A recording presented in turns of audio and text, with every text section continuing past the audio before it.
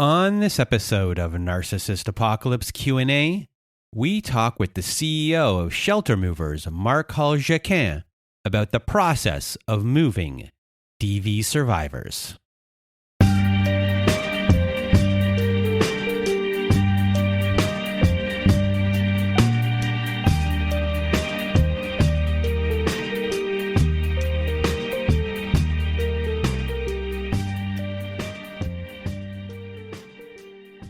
Welcome to Narcissist Apocalypse Q&A, everyone. I am Brandon Chadwick, and with me today we have Marc Hull-Jaquin. How are you? I'm excellent. Thank you so much for having me on the show. I'm a big fan. Well, thank you for being here. And you work for a company called Shelter Movers, sheltermovers.com. You are the CEO of this company. We do a little bit about you. Ever since I found out about you guys, I have been doing at the end of our episodes little promos for you. And I did it without asking. It was just like, oh, this makes sense. This is in my neighborhood, local to me. And we had a guest on our show who is a volunteer for you guys. That's how I became aware of everything. And then I actually went to a Shiva, which is, for people that don't know, it's the Jewish equivalent of like a wake and things like that, or just after. And someone I know there goes, oh, you should get in touch with my friend. They started working for this place called Shelter Movers. I go, I already know it. So we're going to be doing a fundraiser for you in December 4th at Innis Town Hall. We'll be showing the movie Gaslight, and then we're going to be having a panel to raise money for Shelter Movers. So, Marc, thank you for being here. And I guess let's just start off with, how did you start Shelter Movers? Why did it start? And tell us everything about the beginning of this amazing organization. Thank you for the questions and thank you for the fundraiser as well. It's really nice to see you showing some leadership, and giving us a platform for our work. So Shelter Movers is, I would say, is a story of hope, really.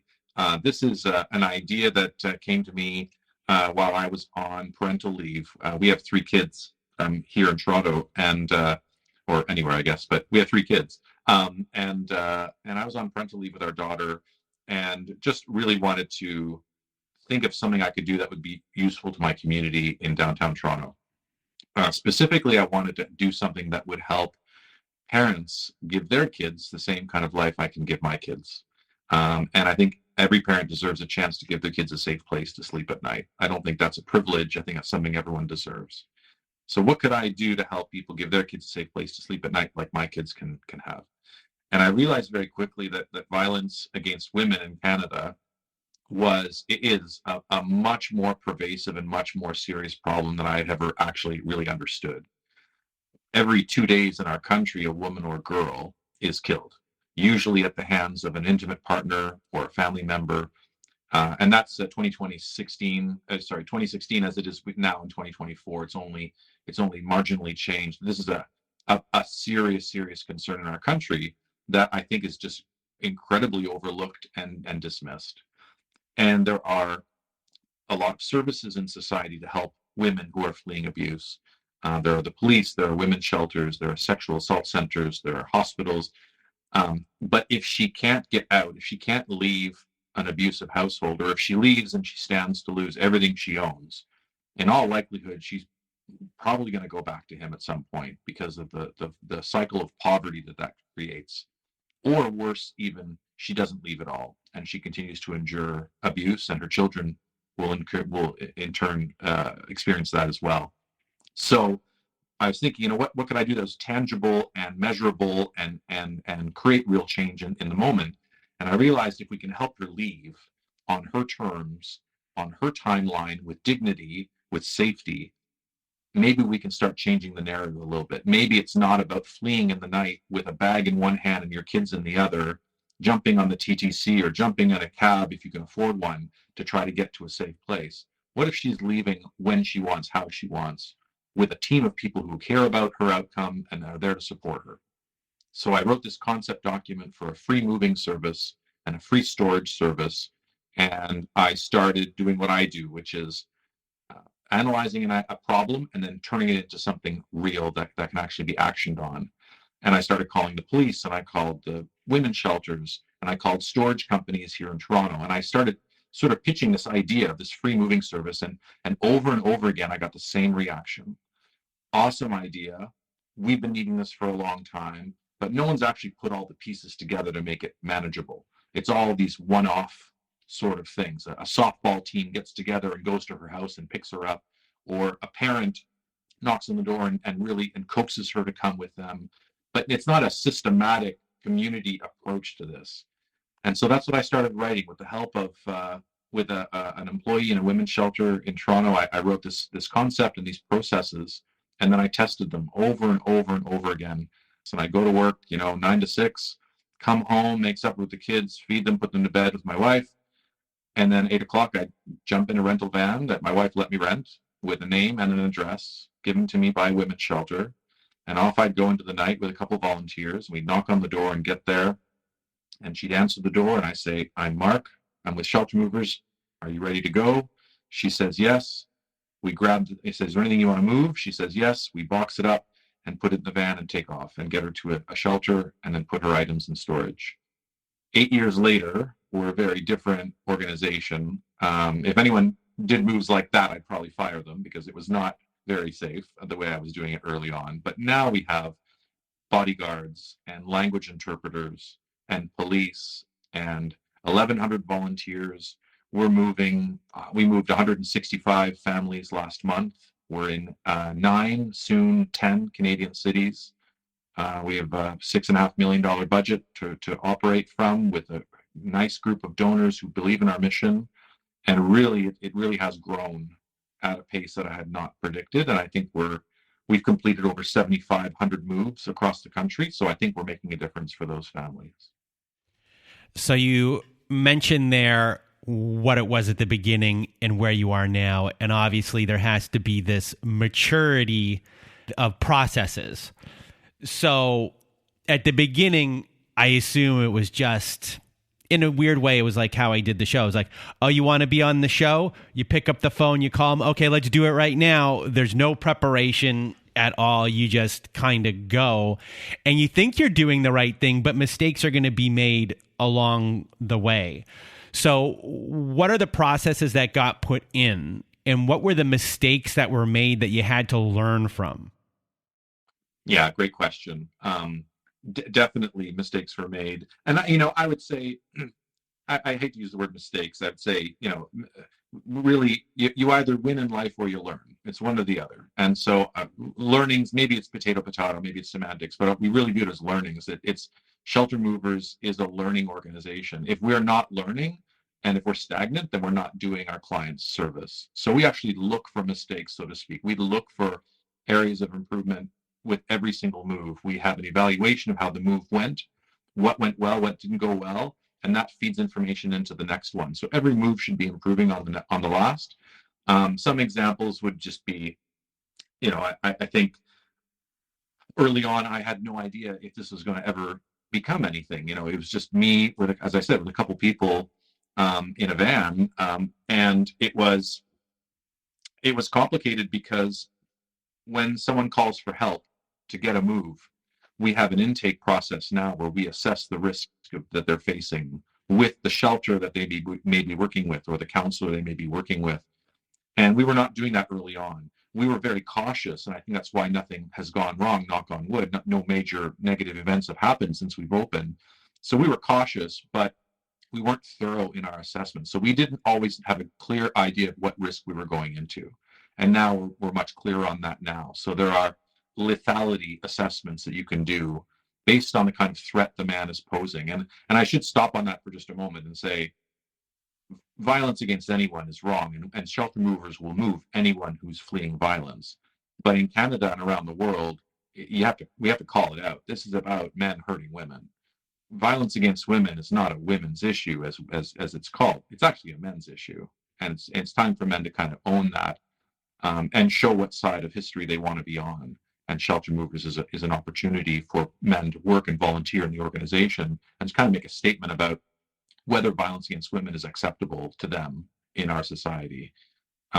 So we didn't assess risk very well. We were going into situations that were maybe much more dangerous than we originally understood. So we understand that a lot better now.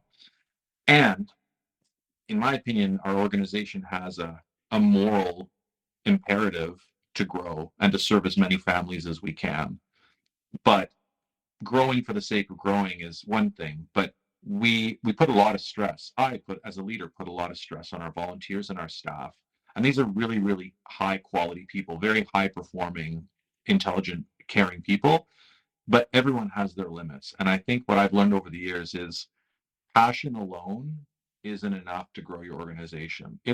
We've got lots of heroes in the organization, but you can't build an organization on heroism alone. You need to just take your foot off the pedal a little bit with people, even if they're self-motivated. I push people very, very hard to grow our organization and do the extra bit to get us to be bigger next year. And that is only effective for some people, and it's not fair over a long period of time. I can torture myself, emotionally and psychologically for years and years and years. That's one thing, but to ask that of my team is kind of taking advantage of their kindness, to be honest. And so I didn't make that mistake, and I learned some hard truths from really good people who said, I'm all in on this organization, but I can't give more, and I feel bad about that. And I should have done a better job of making them feel good about what they gave to the organization, rather than always asking for more, just because I wanted to grow the organization. So that was a big lesson for me as a leader personally, and for the organization. But yeah, we're learning all the time. We've got a whole bunch of things going on in the organization now related to security, cybersecurity, tracking the information, disaggregating data, so that if someone were to breach our systems, they couldn't see the whole picture about someone's profile, because we have people who try to breach our systems. We have people who try to get in as volunteers and try to pretend to be a volunteer when they're just there because they're looking for their partner. So we now have all kinds of series of checks and balances to monitor the people who are involved in our organization. And as you can imagine, with 1,100 volunteers, you want to keep an eye on people properly and maintain a high degree of quality. So when it comes to someone showing up, what are the criteria of you accepting them? Do they have to go to an agency first and then get okayed by them when they're coming to you? And what are the different things that people do within your organization? Because I noticed on your website, I think I was reading your I don't know if I was reading your annual report, but you were talking about how you guys created software. And the software, from my understanding, and I'll get a clarification right now, was that everybody in every department who comes across a human being is going to input something from their section or wherever it is, so everyone knows what's going on and people know exactly where they are within the system from the moment they walk in the door until the move happens. And that can be for security, this, and this, and this. And if that is true, how come software like yours, and this is me generalizing from things that I've heard, doesn't work with outside your shelter movers? Why doesn't agencies and whatever, the government and whatever, have a system like that? Because it seems like you have it and you've created it, but no one else is using it. So when someone goes to an agency or they go to get help here, they have to retell their story. They have to do this. No one is connected with each other. Just like, I guess, a long time ago, this police department was this police department and this one is this one, and no one's communicating, and you're trying to solve the same crime. So I guess talk about when someone kind of gets in, how you created that software, and is that software something that you can push to get governments and things to use? Because it seems like if it works for you and you guys are doing so well, why can't it work for others? Well, when you say someone gets in, are you referring to our clients or someone trying to volunteer? Oh, no. Someone is one of your clients. Yes. Yeah. So we get requests for our service from a variety of sources. most of our referrals, we operate by referrals. So we try not to be what we try to do is be integrated into the system of all these other services, the ecosystem of services that help survivors. So a lot of our clients come through us through women's shelters or the police or social workers or sexual assault centers or people who already operate, physicians, emergency room doctors who see somebody in the emerge and they say, you know what, you don't have to live like this if you don't want to. There's a service that can come and pick you up tomorrow, get the kids and get your stuff and get you out if you want that. And so a large majority of our clients are referred to us by these organizations all through society, mainly women's shelters and police. And in doing so, as I mentioned, we do a bit of an assessment of the client's situation, the risk she's facing, the items she needs to move, where she's coming, where she's going, are there children involved, are there pets involved, does she speak English or French? Because if she doesn't, we're going to bring a language interpreter on the move to help with that. Is there a no contact order, a restraining order set by the courts? Because that ups the risk. Has he threatened her? Has he harmed her physically? Those kinds of questions to get as clear a picture as we can of what we're facing so that we can go in with as much information as we can. The information from that intake is given to what we call a move coordinator. And the move coordinator is really the quarterback. They don't go on the move on the day of, but they're in the background remotely volunteering usually, and they are putting a call out to our volunteers in that particular city to say, on Thursday, there's a move. It'll be about 4 hours. Are you available? And our volunteers will receive the email, and if they can volunteer, they respond in due course as quickly as they can. So it's a different kind of volunteer experience at Shelter Movers. It's not a shift. You're not there serving soup for 3 hours. It's if you can do it, you can. If you can't, you can't.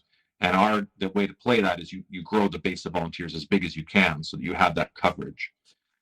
And so, as you said, we have this software we call Move Hub, and that is basically a flow software from the intake point where we collect the information to the formation of the move team with the volunteers, to booking the security personnel or the police, or booking the language interpreter.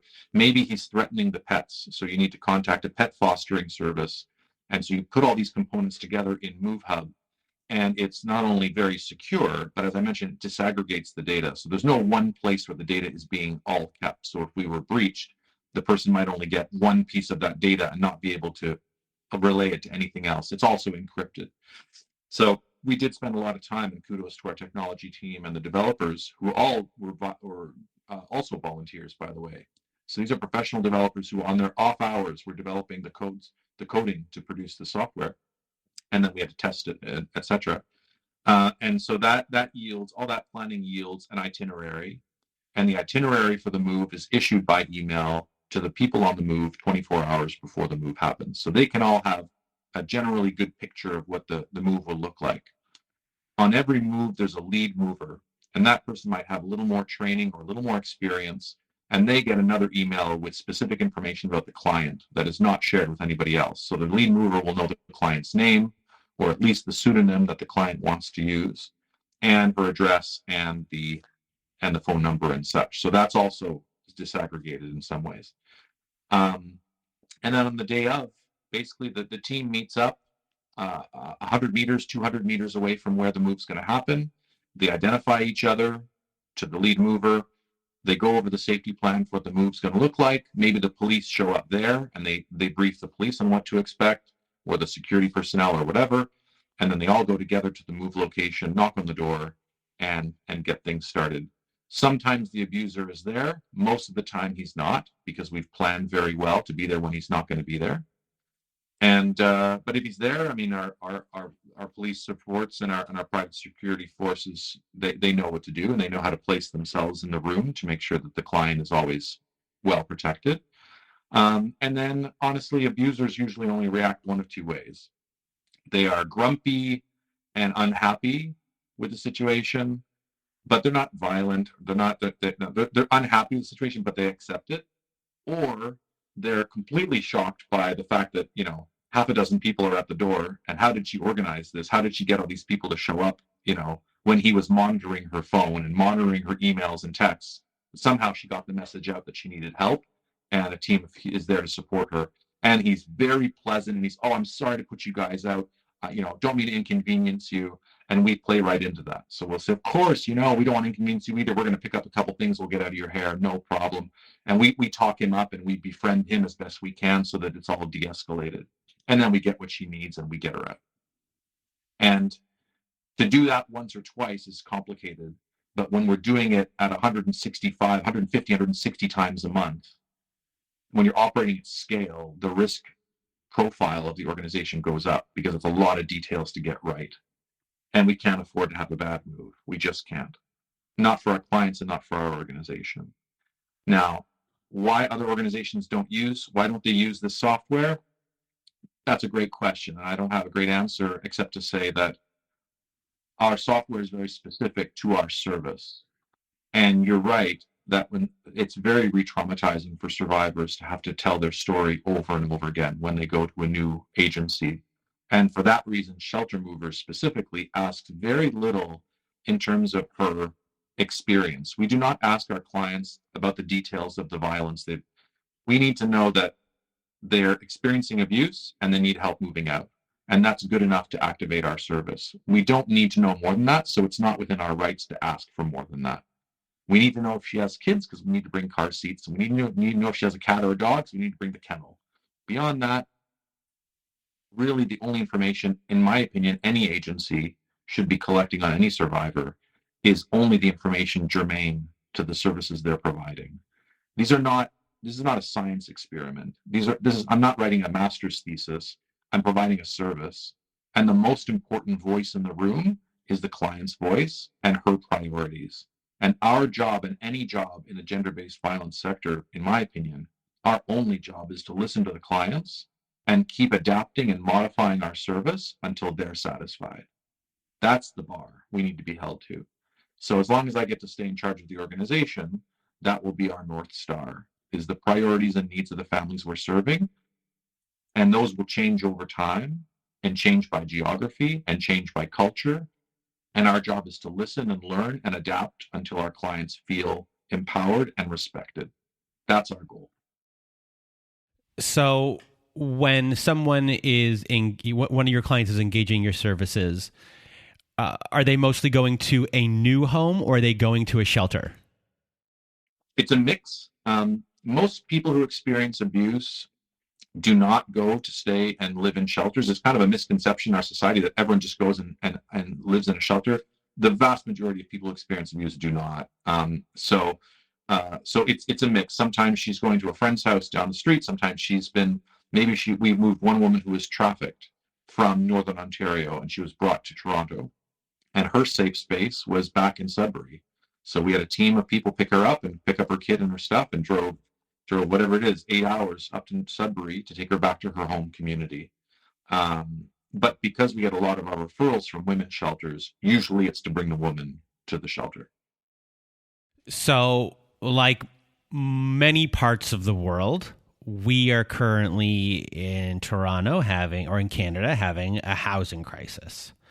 So with that going on now, where housing is hard to find, unaffordable, how are you thinking of helping with that aspect of things? Because that adds something on top of everything.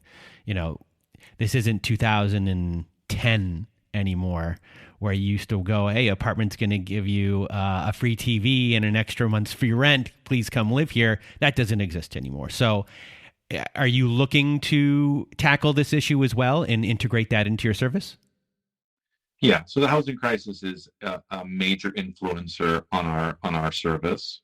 If women can't get out of the shelter to find a new place to live, it means that they're staying in shelter much longer than ever before, which means shelters cannot turn their beds over as often, and therefore fewer women can go into the shelter to find safe refuge. And so it creates this systemic bottleneck in the services that can help them. And we saw this during COVID as well. People were locked in their homes, unable to leave. And on top of the housing crisis, there was COVID, but it's not unlike that problem in the sense that people can't go. There's no place for survivors to go. Even if they could leave, they have no place to get to. So we've looked at this problem quite closely as an organization. I think part of Shelter Movers' value to society is the uniqueness of our service. There is no service like this anywhere in Canada or frankly in the US that I'm aware of. And so we've strategically decided that regardless of the housing crisis or not, women will always still need to leave. And if they can't find permanent housing, at least if we get them and their kids out, the chance of femicide occurring goes down. The chance of them being murdered goes down. So we have to ask ourselves as an organization, what is the fight we're willing to fight here? And rather than tackling the housing crisis, when so many other agencies are already tackling it, what we know no one tackling is trying to address is helping women flee safely. So our view on that is, yes, the housing crisis is a major issue, and if we had more resources, I'm sure we'd be very open to it. But the truth is there are innumerable agencies already trying to build more housing, and it is a major issue. But if she's been murdered and she can't, it doesn't matter if there's a housing crisis. So let's get them out and at least keep them alive as long as we can, and avoid femicide. And the housing issue is a problem for another group to solve in a more direct way. Having said that, we have been approached in many regions of the country by organizations that are interested in financing housing to ask us for advice on what housing would look like if they were building it for survivors. What is the infrastructure? What are the security features of a building, a triplex or a sevenplex or whatever for women, and what should rent? We've been asked to comment on what rent should be. Should it be geared to their income? Well, if they had to leave their job to flee him, there isn't any income coming in from a job. So our focus has been to advise housing providers on the types of housing we feel would be most adequate for our clients. Also, we've been asked by provincial governments to comment and work on ways of bridging survivors into a gainful employment. So at least their incomes can be higher and hopefully enough to pay for that housing if it's available.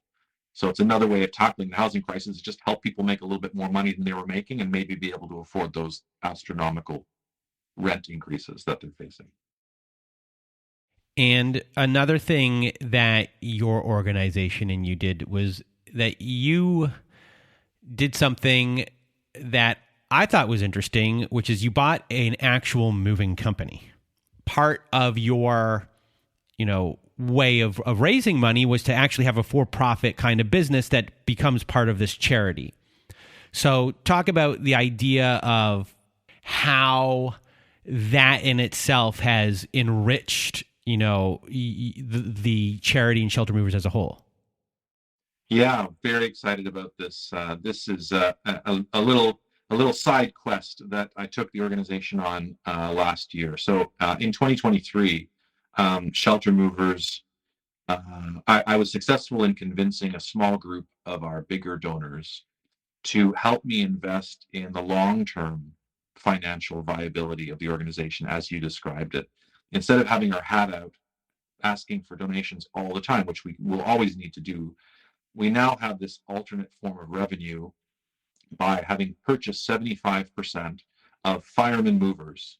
Fireman Movers is a great Mississauga-based moving company, firemanmovers.com, where they hire off-duty firefighters or firefighter trainees trying to get into the fire service or in the process of getting their certification. And these are women and men from all walks of life, great, clean-cut, service-oriented people.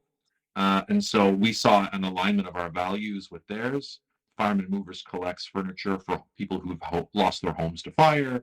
They collect furniture and they give them to us so we can give them to our clients if they're missing some furniture. And we know the moving business. We know how to move safely. And so Fireman Movers was just a very natural fit for Shelter Movers mandate. They provide truck driving and safety training to our volunteers. They give us some warehousing space to store our clients' belongings. And 75% of the profits from Fireman Movers goes to our Shelter Movers mandate and mission. And so is Fireman Movers a social enterprise? I don't know what social enterprise means anymore. There are so many different definitions for what it looks like. But I would say for a company that charges market rate to customers, they move people all across the GTA. It is, I think, a great feature for them to be able to say that most of their profits will go to going back into the community through Shelter Movers. And I think customers nowadays want to buy products and services that are also doing good for society. The Tom's shoes back in the day, you buy one pair and another pair is made for somebody else. That same whole concept makes for a very profitable business. Fireman Movers has its own CEO, its own board of directors. It's a completely separate entity from Shelter Movers, but we're a shareholder. And so instead of us buying shares in some major corporation and just getting a dividend, this actually has real value back to us. We own the assets of the business. If we had to sell the business, we could do that. And that could also help us protect the financial integrity of the charity. So it sounds kind of new and innovative. I wish I could say it was, but lots of charities. Habitat for Humanity has the Restore, very profitable business venture. Many charities have consulting services that they hive off, and it generates revenue back. So this is not that new an idea. I think what's new about it is that instead of building it internally, we just straight up bought a company with the help of our donors. And I think that is a new approach. I should temper all of this and tell you that we will need to make, with the Fireman Movers will need to make improvements to grow their business. So we're not expecting a payback tomorrow. This could be a couple years before we start getting real revenue back. So this is not a solution that I would recommend for a startup charity, for example. This really has to be for a charity that's a little more established financially, that can make that investment and not see it pay back for a few years. So there's no instant win here. This is, a year and a half of research and negotiation to get the business, and now a couple of years before we actually see money back. So I just want to be fair in my presentation of this, because it's not a quick fix. And anyone who's looking to move in Toronto, use Fireman Movers, everyone. So, before we leave, the last kind of big thing that we're going to talk about here is that you're a man.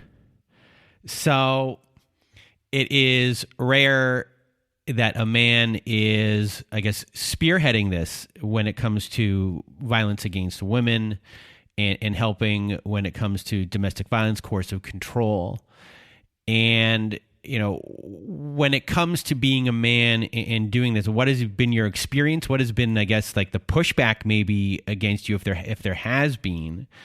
And what do you have to say? You already stated something earlier about men, but what else do you have to say to kind of men as a whole and society fixes of maybe how men view themselves? Like you know what I mean? Like what are those kind of fixes that we have to make internally so violence is never an answer, but the acceptance of who you are and maybe not your not gender role, but you took your wife's maiden name in your name. Rare. Not a lot of people would have done something like that. So when it comes to like norms, what are a lot of these norms that need to be taken out in your opinion? So men are, I guess, don't have to live up maybe to a standard that society has told them to, which causes a lot of these issues. Yeah. There are like 12 really good questions there. Let me pick a couple. Those are all great. I think a lot about this. So I love this. I love to be able to talk a little bit about this. So I incidentally, did you know that October 16th is Pronouns Day in Canada? I did not know that. Yep. So happy Pronouns Day. And there's lots of controversy about pronouns, but at Shelter Movers, we view it as a way to show real respect for people for however it is they want to present themselves with the world. So my pronouns are he, him. And I think that's a first It's a little thing to do, but it's a sign of respect, and it's meeting people where they are. So yeah, so I do identify as a guy, and I'm a husband and a father and a brother and a son, and yeah, I think as I mentioned earlier, I think for me, Shelter Movers is part of who I am. It's part of my value system. Um, my last name is Hull-Jaquin because my wife is Hull and I'm Jaquin, and I'm very proud of my wife, and I'm very proud to be her equal and her partner in life. And she's an amazing woman, an amazing she's a lawyer, she's a great lawyer, she's a great mother, and I'm very proud to be associated with her. And I'm honored that she would take my name as hers as well. So that's also kind of a statement that we want to make, that we're in this together. Um, and to be real about it, she's the breadwinner of the family. I mean, she makes a lot more than I'll ever make running a charity, and I'm very okay with that because I'm very proud of what she's doing with her career. And I think guys need to start asking themselves those kinds of questions. Um, if you're not the breadwinner in your family, does that mean you're a bad man or a bad husband? Who is expecting you to make more money than your wife, and why would they expect that if she's is equally capable or more capable than we are to make the cash? So I think those are important questions for guys to ask themselves. And when it comes to Shelter Movers, it's very similar. Where do we want to be? What side of history do we want to be on when when the world asks us what did we say, what did we do about a woman or girl being killed every 2 days in our country? Did we take ownership of that problem? And a lot of the men who volunteer at Shelter Movers are doing exactly that for that reason. They're saying this is unacceptable. It's not just about me wanting to make my daughter's and my wife's life safer, although that's important.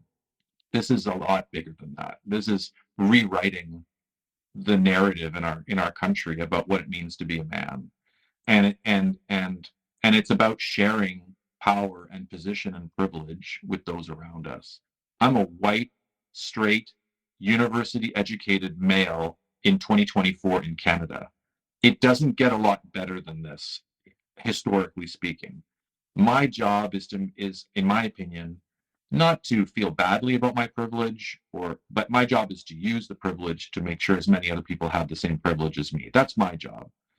If I sit on my privilege and not share that, that to me is morally wrong, in my opinion.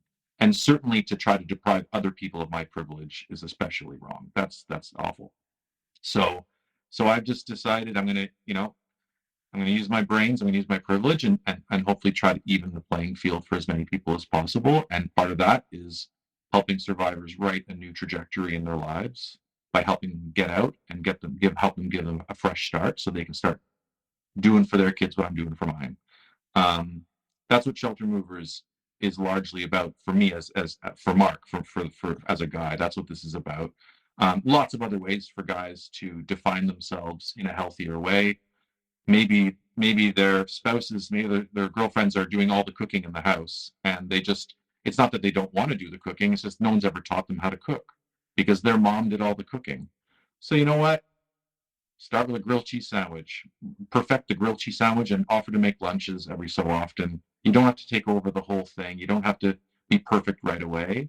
But I think we have an opportunity, unlike our dads and our grandfathers, we have an opportunity to play with this a little bit more and try on a new kind of masculinity that is more caring of others, more self-aware than others might be.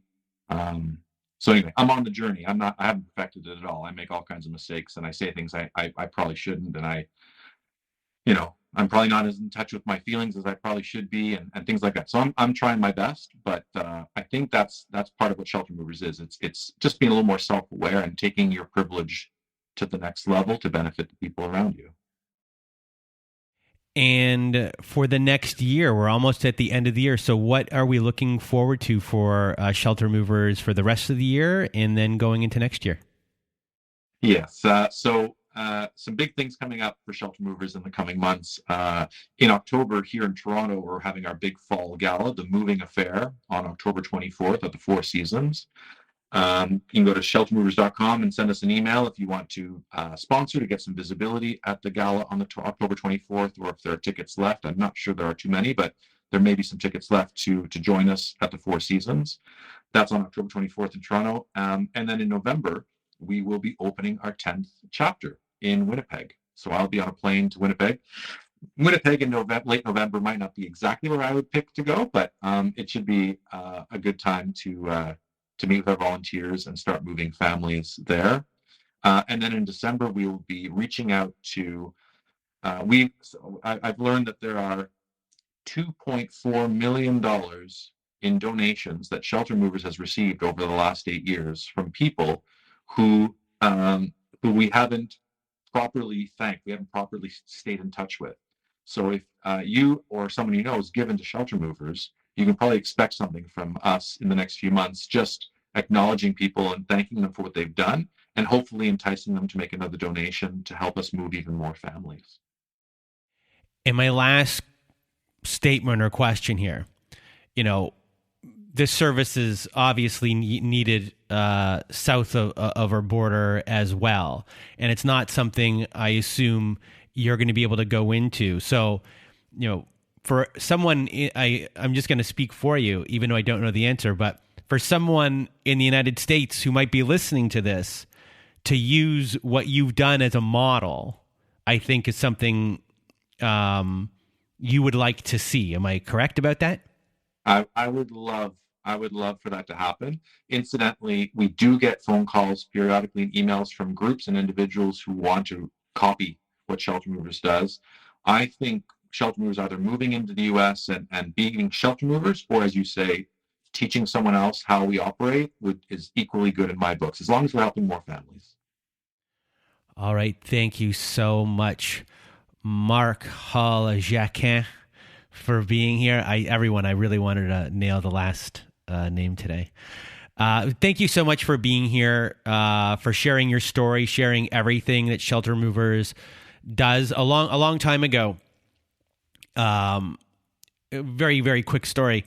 A company in the United States came to me, this was years ago, wanting to take some of the stories that we do on our Survivor stories and make them into a show. And I said no to that idea because they're not my stories to give you. But I did say, do you know what would make a really good show? I had another idea for them that was different, but then I had another reality show. I go, how about The Moves? It's interesting. Like, it will help people understand domestic violence more, coercive control. If you just go to The Office, where people help people with like how they move out of there. I didn't even know you existed yet. So if anyone is listening who has somewhat of authority on making a show that can be produced, it's an interesting thing. And it's not just entertainment, and I'm using air quotes here. It would, I think, provide a way for people to understand what's going on with domestic violence, everything that kind of goes behind the scenes, and really see into the lives. Because we have shows like Made that were made that people talk about, that being the big one in the last, 4 or 5 years. But on a real level of seeing like reality of it, I think it would be really interesting to see how your office operates and what goes into that, and really get people talking about violence against women more. In Made, there was violence against women, but obviously they're talking about the struggles of the person's life in all of these ways as well. But I still believe there should have been more of a big impact to really shock someone's system, even though it was a very well-made show, and the feelings that she was going through were all very validating for everyone. But I still think it could have gone like boom. So anyway, anyone is listening, I think someone should make a show using you guys as an example. So if anyone is listening, please call Marc. Anyway, thank you for being here. We're doing a fundraiser for you on December 4th in his town hall. We'll be showing the movie Gaslight. All that information will be out soon for everyone as well. I'm going to leave all of the stuff in the show notes. So once again, Marc, thank you for being here. Thanks so much for having me. Well, thank you once again, Mark, for being here. And for Mark and myself, we hope you have a good night.